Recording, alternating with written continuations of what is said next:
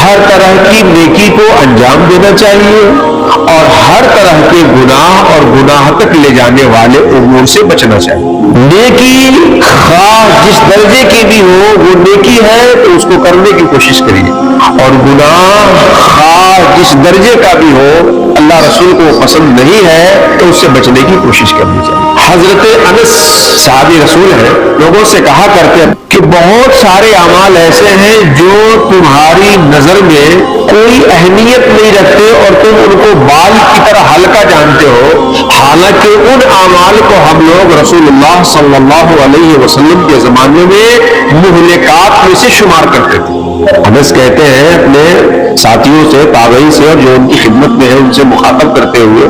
کہ بہت سارا کام تم لوگوں کو میں دیکھتا ہوں جو تم کرتے ہو اور تم اس کو اپنے بال سے بھی ہلکا سمجھتے ہو کہ اتنے سے کیا ہونے کو ہے، جبکہ ایسے عمل کو سرکار کے زمانے میں، اور سرکار کے زمانہ صحابہ کا سرکار کا زمانہ تھا، صحابہ کرام اور سرکار کے زمانے میں ویسے عمل کو انس کہتے ہیں کہ ہم لوگ موبقات میں سے شمار کرتے تھے، مہلکات میں سے شمار کرتے تھے، یعنی وہ ایسا عمل جو قیامت میں ہمیں ہلاک کر دینے والا۔ تو کوئی بھی عمل اگر اللہ اور اس کے رسول کو پسند نہیں ہے تو ہمارے اس سے دور رہنے کے لیے یہی کافی ہونا چاہیے کہ اللہ کو پسند نہیں ہے، رسول اللہ کو پسند نہیں، اور کوئی عمل اللہ اور اس کے رسول کو پسند ہے تو اس کو کرنے کے لیے ہمارے نزدیک یہی کافی ہونا چاہیے کہ اللہ اور اس کے رسول کو پسند ہے۔ لیکن اس میں شیطان ڈنڈی یوں مارتا ہے کہ گناہ کو یہ سمجھائے گا کہ چھوٹا گناہ ہے، اس سے کیا ہونے کو، نیکی آپ سے یوں چھوڑوائے گا، کہے گا کہ اتنی چھوٹی نیکیوں سے کچھ ہونے کو تھوڑے، اس کو کر کے کیا کر لو۔ تو کسی بھی نیکی کو آپ اپنی زندگی میں کمتر نہ جانے، جہاں بھی نیکی کا کوئی موقع میسر آئے، کوئی ایسا عمل جو اللہ رسول کو پسند ہو اس کو کر ڈالیے، اور برائی کا کوئی بھی ایسا موقع ہے جہاں پہ آپ ہو اور کوئی ایسا عمل ہو جو اللہ رسول کو پسند نہ ہو تو آپ اس سے بچنے کی کوشش کیجیے۔ بسا اوقات ایسا ہوتا ہے کہ کوئی عمل اپنی ذات میں بہت ہی بہتر ہے مگر اللہ تبارک و تعالیٰ آپ کو اس عمل کو قبول نہ کرے، اللہ کی رضا اس عمل کی بنیاد پر آپ کی طرف اللہ کی رحمت متوجہ نہ ہو، ثواب کو مستحق ہو ہی جائے گا۔ ایسے ہی گناہ کے معاملے میں ایسا ہوتا ہے کہ کوئی چھوٹا گناہ ہوتا ہے لیکن اللہ تعالیٰ اس میں اگر آپ سے گرفت کر لے تو وہی آپ کے لیے جہنم میں جانے کا سبب ہو سکتا ہے۔ اس مقام پر سب سے پہلے اہل سنت کا جو عقیدہ ہے وہ میں واضح کر دوں۔ اہل سنت و جماعت کا اس بات میں عقیدہ ہے کہ یجوز العقاب علی الصغیرہ والعفو عن الکبیرہ، کہ اگر اللہ گرفت کرنا چاہے تو بندے کے صغیرہ گناہ پہ گرفت کر کے اس کو عذاب میں مبتلا کر سکتا ہے۔ اللہ اگر معاف نہ کرے تو یجوز العقاب علی الصغیرہ، صغیرہ گناہ پہ بھی عذاب جائز ہے، وَيَجُوزُ الْعَفْوُ عَنِ الْكَبِيرَةِ، اور اگر اللہ مغفرت پہ آئے، بخشنے پہ آئے، فضل فرمانے پہ آئے تو کبیرہ گناہ کو بھی اللہ تبارک و تعالیٰ معاف فرمائے۔ اس سلسلے میں دو افراط اور تفریط کے نظریات ہیں جس کے بیچ ہی اہل سنت کا نظریہ ہے۔ معتزلہ کا موقف ہے کہ اگر کوئی بندہ کبیرہ کا ارتکاب کر لیتا ہے تو وہ ایمان سے نکل جاتا ہے اور جب تک توبہ کیے بغیر مر جائے، اگر توبہ کیے بغیر مر جائے تو ہمیشہ جہنم میں رہے۔ اور خوارج کا نظریہ یہ ہے کہ کوئی صغیرہ کا بھی ارتکاب کر لے تو کافر ہو جائے، اور اس کے بالمقابل مرجیہ کا نتیجہ یہ ہے کہ ایمان ہے اور اس کے بعد جتنے گناہ کرتے رہیے تو کوئی حرج نہیں ہونے کو۔ اہل سنت و جماعت کا عقیدہ ایک طرف خوارج اور معتزلہ اور دوسری طرف مرجیہ،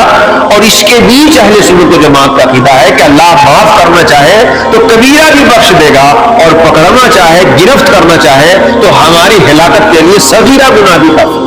اسی لیے بخاری شریف کی حدیث اللہ کے رسول فرماتے ہیں من حوسب عذب، اللہ جس سے حساب لے لے گا وہ تو عذاب کا مستحق ہو جائے۔ حضرت عائشہ اس روایت کو سننے کے بعد سرکار سے پوچھتی یا رسول اللہ،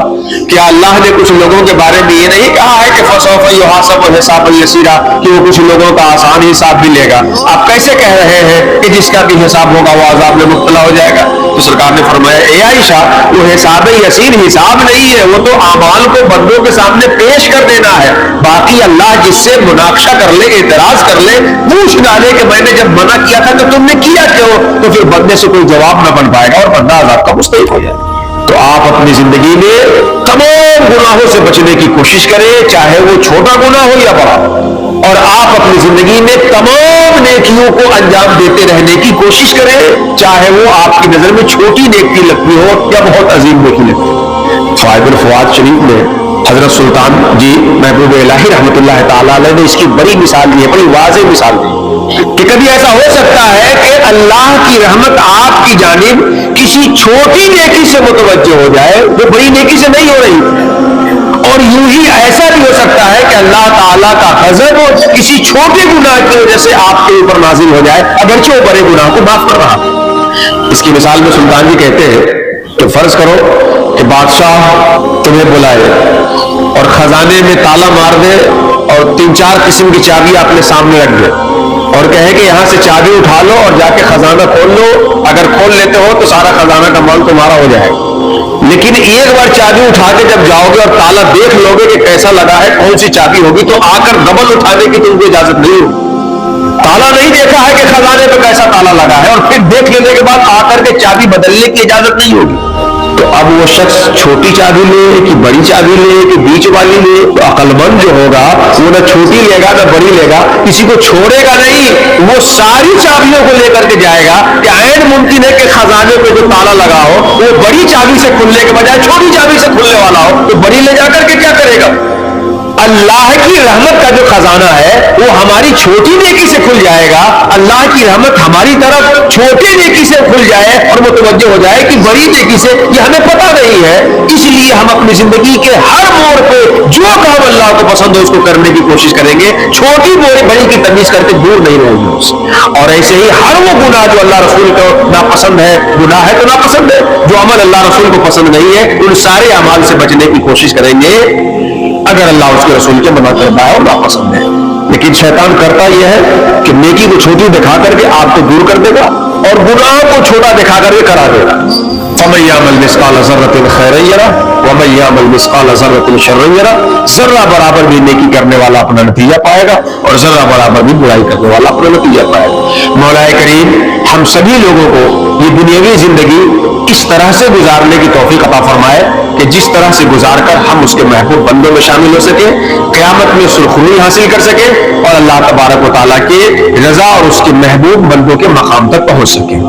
آمین یا رب العالمین. وما علینا الا البلاغ المبین. السلام علیکم ورحمۃ اللہ وبرکاتہ. Welcome to Alasan Media, a media center to spread Sufi thoughts. Please like and subscribe the channel.